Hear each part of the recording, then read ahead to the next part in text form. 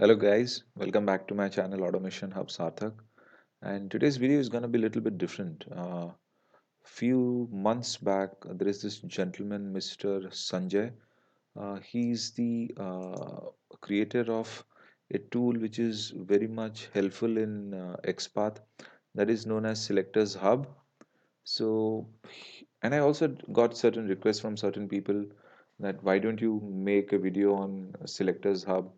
Um, so let's go ahead. Just go to Google and type Selectors Hub. I think this should be fine. There is this website, selectorshub.com. Just go and click over here. I am looking at this for the very first time. So here is Mr. Sanjay. He's been awarded or something.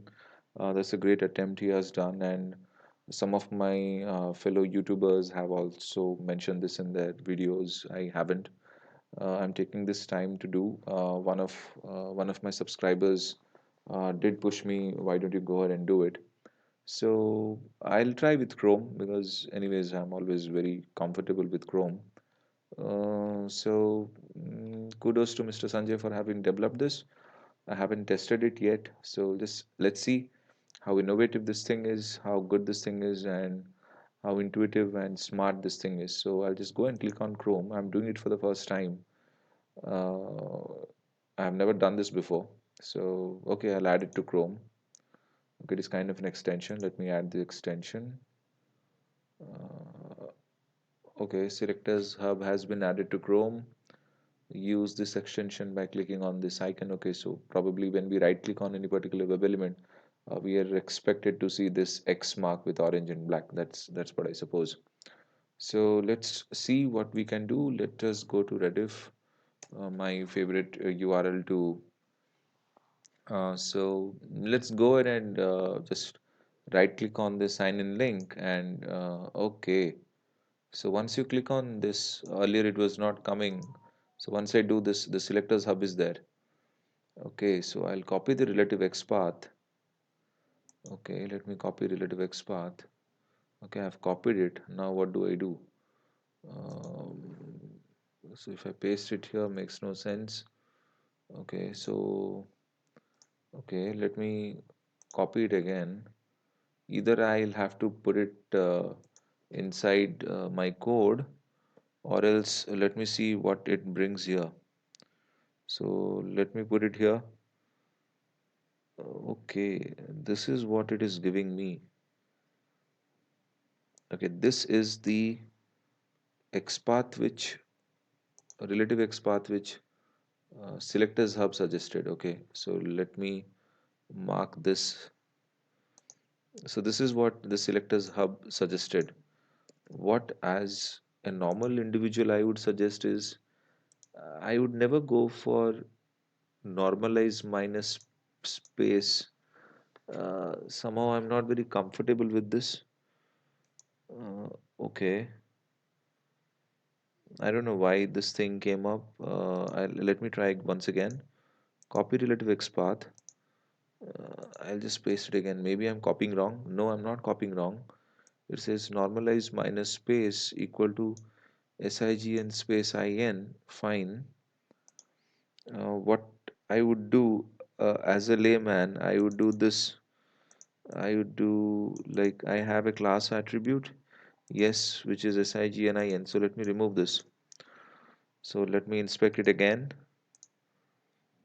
I have a class attribute here with the value SIGNIN. This is what I would do, double slash a at the rate class equal to single quote sign in. This is what I will do. Now this thing is what I will do. So this is what selectors hub did, and this is what I will do for myself. So let us do another compare for another web element. Let's go inside this link and go ahead and try and do it. Username, this is a text box. Let me go to copy relative XPath. Okay, and let me paste it here. Okay, no, I think there is some issue with this username. Okay, right click. Why it is coming for the same thing? I'm not sure. Okay, probably I did some. Okay, now this is the one which is showing up for this. @id is equal to login1. What would I do? Inspect, Control F. I would also do the same because we have an ID. Control C. I would do the same.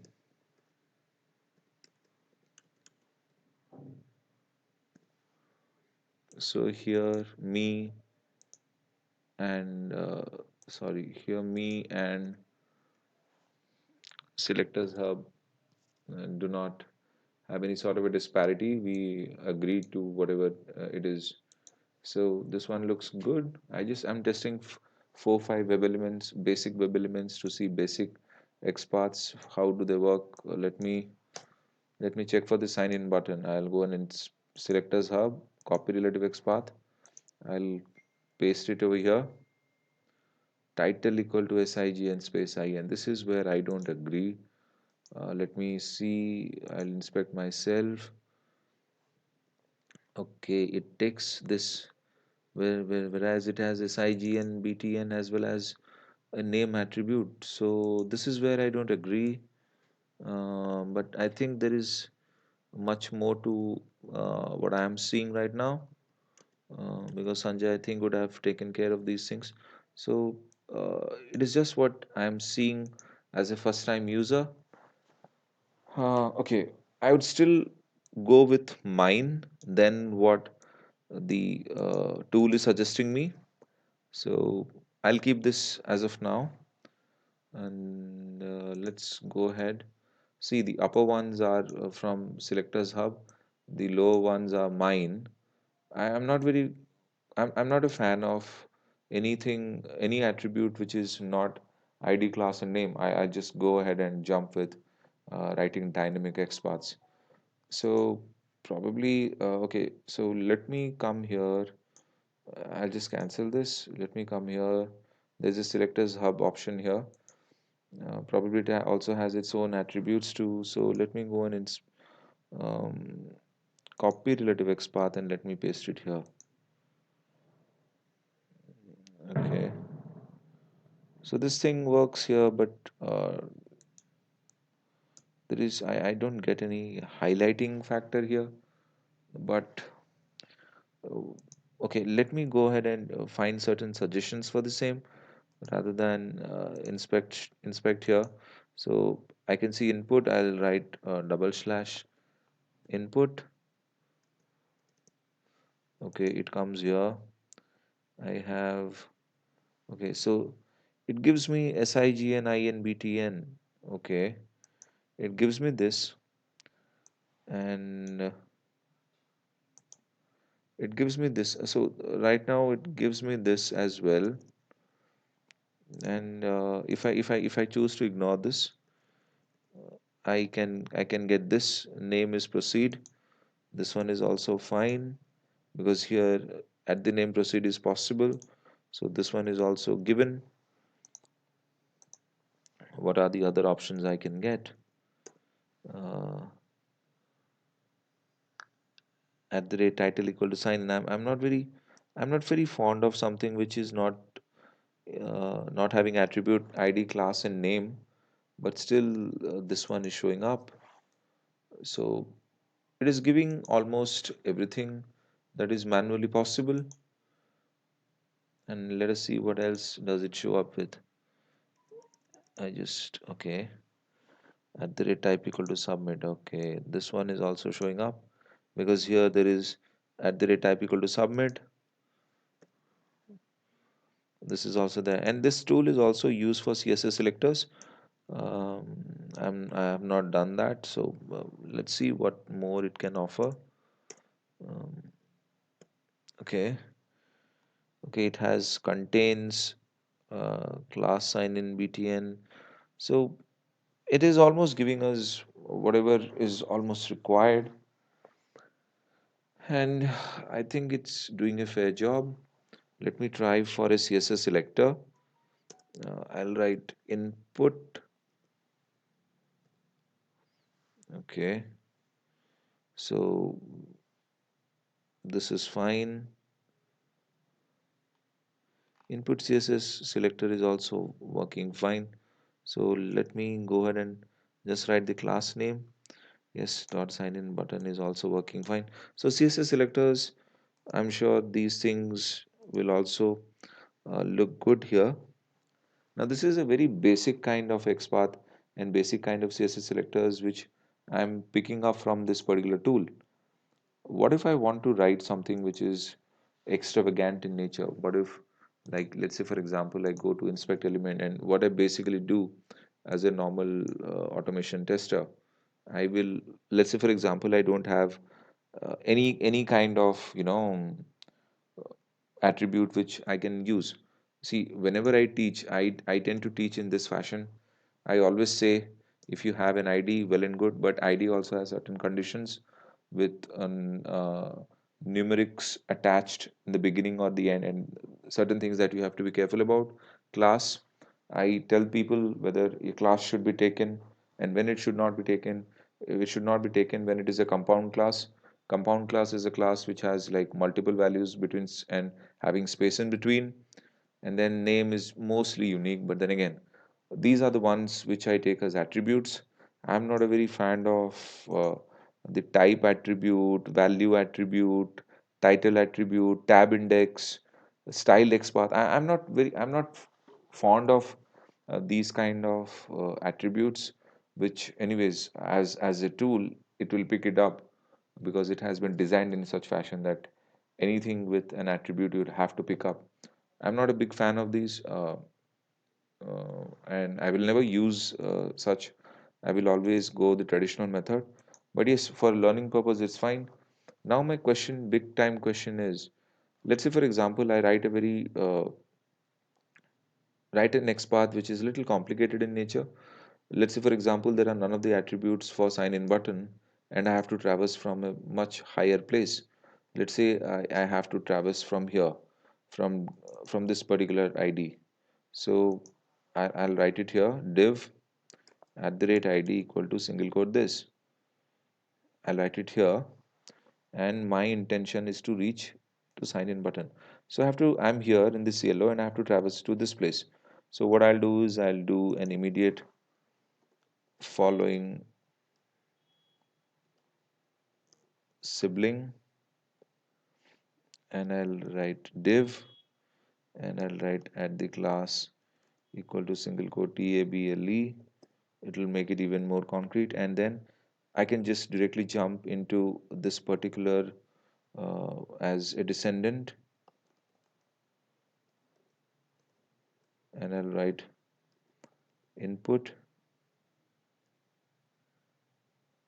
Oops, sorry, spelling wrong. And I'll write 2. So somehow it is in position 2. I'll make it position 3, and now I'm here. Okay, so this is a complicated XPath which I write. I can write as many XPaths as I want in this fashion. It is up to me. I can change this as per my whims and fancy. What I want to see is, if I go ahead and check Selectors Hub and put this thing here, what happens? I really don't understand what happens. So I'll cancel this. Okay, okay, it has won certain awards. Yes, I do see this, but uh, okay, so this thing,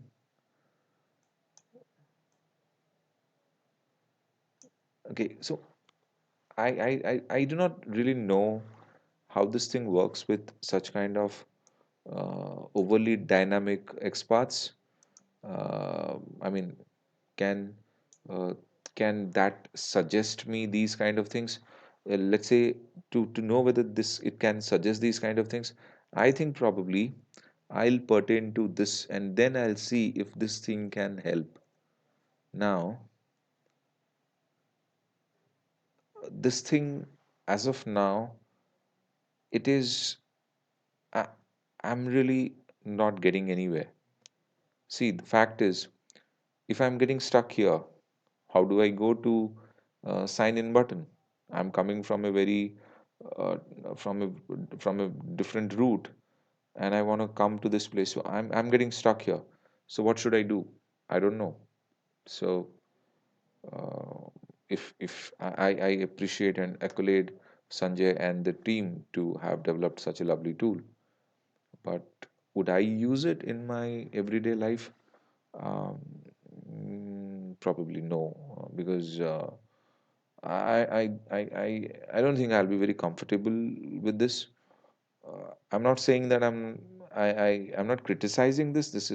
This looks good, but then I think this kind of expertise and beyond, uh, probably this will not help.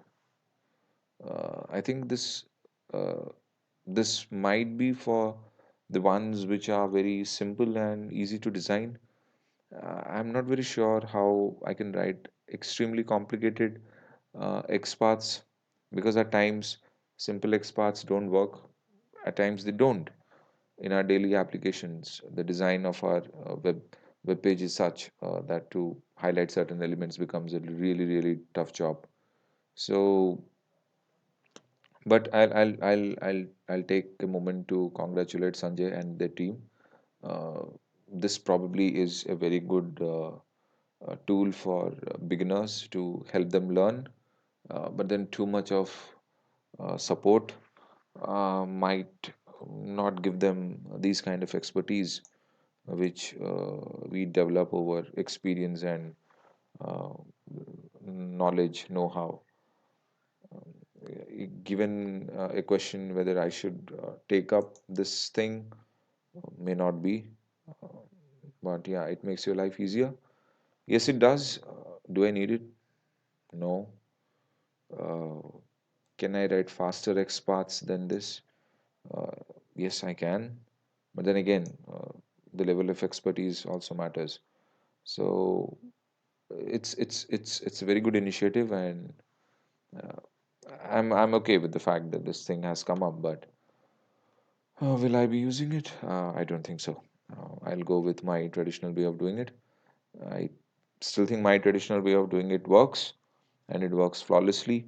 And here, as I just showed you guys, it got stuck because after this, the suggestion came out to be not very grand, because I do not know what to do with this, and I really do not know what to do with this again because it's not allowing me to go any further. Maybe I need to learn this tool in depth to write such kind of complicated XPaths. But what if I'm not interested? What if I want to just I want to write complicated XPaths all the time? I don't like simplicity. So things are there which, but yes, there is always scope of improvement, and I'm sure Sanjay and team will work on it. Yes, it is good. I do appreciate, but I'm not going to use it. So with that, let me end this session. Let me end the video, and please do not forget to subscribe to my channel. And thanks for watching this. Thank you so much. Sathik here, signing off.